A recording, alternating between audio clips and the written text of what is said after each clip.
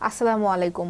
স্বাগত জানাচ্ছি BD channel 4 রাতের সংবাদে। সাথে আছে আমি লৌরা চৌধুরী। শুরুতে আলমগীর হোসেন সিটি সংবাদ শিরোনাম।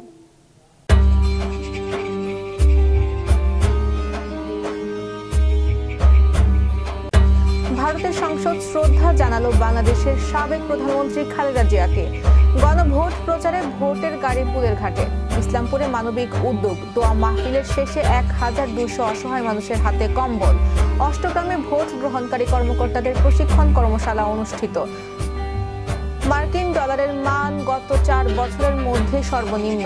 বিশ্বকাপের দুয়ারে বাংলাদেশ, স্রেফ সময়ের অপেক্ষা।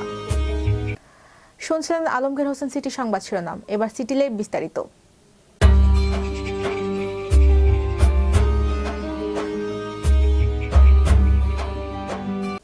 ভারতের সংসদে আজ প্রয়াত ভারতীয় ব্যক্তিত্বদের পাশাপাশি শ্রদ্ধা জানানো হয়েছে বাংলাদেশের সাবেক প্রধানমন্ত্রী বেগম খালেদা জিয়াকে। এই সময় সংসদে উপস্থিত ছিলেন ভারতে নিযুক্ত বাংলাদেশের হাই কমিশনার রিয়াজ হামিদুল্লাহ। এদিন সংসদের বাজেট অধিবেশন শুরু হয় রাষ্ট্রপতি দ্রৌপদী মুর্মুর 2 কক্ষের যৌথ অধিবেশনের ভাষণের মাধ্যমে।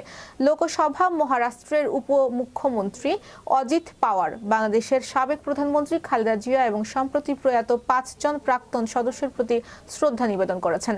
বাংলাদেশের সাবেক প্রধানমন্ত্রী খালেদা জিয়ার পাশাপাশি সদ্য প্রয়াত অজিত পাওয়ার, শালিনী পাতিল, ভানু প্রকাশ মৃধা, সতেন্দ্রনাথ ব্রহ্ম চৌধুরী, সুরেশ কালমাদি ও কবীন্দ্র পুরকায়স্থের উপর শোক বার্তা পাঠ করেন লোকসভার স্পিকার ওম বিরলা।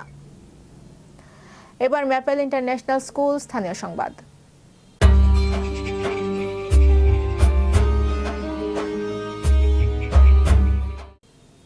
আসন্ন ত্রয়োদশ জাতীয় সংসদ নির্বাচন ও গণভোট উপলক্ষে নির্বাচন বিষয়ে জনসচেতনতা বৃদ্ধির লক্ষ্যে পুলের ঘাটে পৌঁছেছে ভ্রাম্যমাণ ভোটের গাড়ি। আজ বিকেলে নির্বাচন বিষয়ক প্রচারণা অংশ হিসেবে গাড়িটি স্থানীয় জনগণকে গণভোট, জাতীয় সংসদ নির্বাচন এবং ভোটাধিকার প্রয়োগের গুরুত্ব সম্পর্কে সচেতন করা হয়। দেশের চাবি আপনার হাতে প্রতিপাদ্য বিষয় নিয়ে কিশোরগঞ্জের পাকুন্দি উপজেলার পুলের ঘাটে কালিয়াচাপড়া চিনির কল উচ্চ বিদ্যালয়ের সামনে ভোটের গাড়ির মাধ্যমে আজ বিকেল 5টা থেকে সন্ধ্যা পর্যন্ত প্রামাণ্যচিত্র প্রদর্শনী হয়েছে। প্রামাণ্যচিত্র প্রদর্শনীতে রয়েছে প্রধান উপদেষ্টা ডক্টর মোহাম্মদ ইউনূসের বক্তব্য, জুলাই গণ অভ্যুত্থান, জুলাই যোদ্ধা, আবরার ফাহাদ হত্যা, ফেলানী হত্যা, প্রবাসীদের ভোট, গণভোটের মাধ্যমে রাষ্ট্র সংস্কার। গণভোট ও জাতীয় নির্বাচন সামনে রেখে সাংস্কৃতিক বিষয়ক মন্ত্রণালয়ের সুপার কারাভান নামে 10টি গাড়ির বহর নিয়ে 22 ডিসেম্বর এই ভোটের গাড়ির যাত্রা শুরু করে। এরই অংশ হিসেবে আজ বিকেলের দিকে কিশোরগঞ্জ ইকোনমিক জোনে সামনে কাচিক উচ্চ বিদ্যালয়ের পাশে ওই প্রামাণ্যচিত্র প্রদর্শনী করা হয়। জামালপুরের ইসলামপুর উপজেলার মরহুমা মোছাম্মদ সাফিয়া বেগমের রুহের মাগফিরাত কামনায় দোয়া মাহফিল ও শীতার্থ মানুষের মাঝে শীতবস্ত্র বিতরণ করা হয়েছে। আজ দুপুরে উপজেলার চরপুটিমারি ইউনিয়নের আইরমারি এলাকায় আয়োজিত এ কর্মসূচিতে অসহায় ও শীতার্থ মানুষের মাঝে মোট 1200 পিস কম্বল বিতরণ করা হয়। দোয়া মাহফিলে মরহুমার আত্মার শান্তি কামনায় পাশাপাশি দেশ ও জাতির সার্বিক কল্যাণ কামনা করা হয়। দোয়া শেষে পর্যায়ক্রমে শীতার্থ মানুষের হাতে কম্বল তুলে দেওয়া হয়। অনুষ্ঠানে প্রধান অতিথি হিসেবে ভার্চুয়ালি যুক্ত ছিলেন 57 নং ওয়ার্ড টঙ্গী গাজীপুরের মহানগর যুবদলের নেতা শাহাবুদ্দিন। এই সময় তিনি বলেন, শীত মৌসুমে দরিদ্র ও অসহায় মানুষের কষ্ট লাঘবে সমাজের বিত্তবানদের এগিয়ে আসা উচিত। মানবিক কার্যক্রম শুধু দান নয়, এটি আমাদের সামাজিক দায়বদ্ধতার একটি গুরুত্বপূর্ণ অংশ। তিনি সমাজের সকল শ্রেণী পেশার মানুষকে মানবিক উদ্যোগে সক্রিয়ভাবে অংশগ্রহণের আহ্বান জানান। অনুষ্ঠানটি সঞ্চালনা করেন 11 নং চরপুটিমারি ইউনিয়ন উত্তর শাখা যুবদলের যুগ্ম আহ্বায়ক আব্দুল কুদ্দুস খান।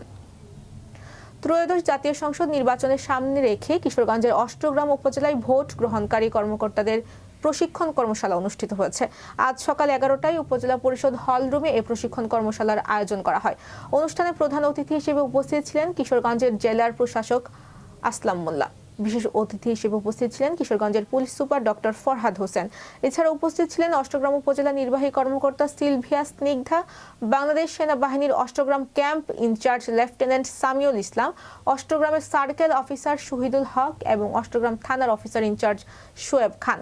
প্রশিক্ষণ কর্মশালায় ভোট গ্রহণ প্রক্রিয়া, নির্বাচনকালীন আইন শৃঙ্খলা রক্ষা, ভোটের স্বচ্ছতা ও নিরপেক্ষতা নিশ্চিতকরণ সহ দায়িত্বপ্রাপ্ত কর্মকর্তাদের করণীয় বিষয়ে বিস্তারিত আলোচনা করা হয়।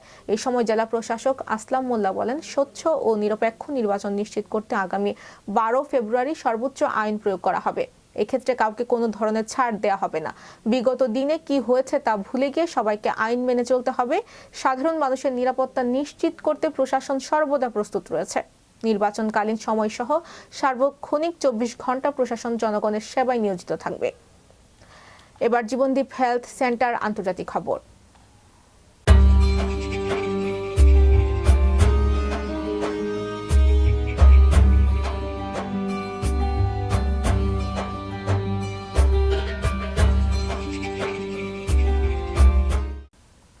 অধিকৃত পশ্চিম তীরে দায়িত্ব পালনকালে 2 ইতালীয় সামরিক পুলিশকে বন্দুকের মুখে হুমকি দেওয়ার ঘটনায় ইসরায়েলের রাষ্ট্রদূতকে তলব করেছে ইতালি।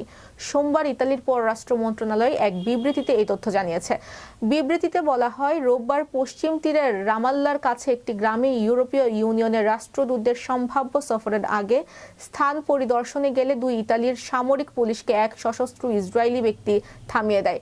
সরকারি সূত্রের বরাতে জানা গেছে, ওই ব্যক্তি যাতে একজন ইসরায়েলি বসতি স্থাপনকারী বলে ধারণা করা হচ্ছে। 2 পুলিশ সদস্যকে বন্দুকের মুখে হাঁটু গেড়ে বসতে বাধ্য করে এবং তাৎক্ষণিকভাবে জিজ্ঞাসাবাদ করে। এবার সিটি কনভেনশন হল খেলার খবর।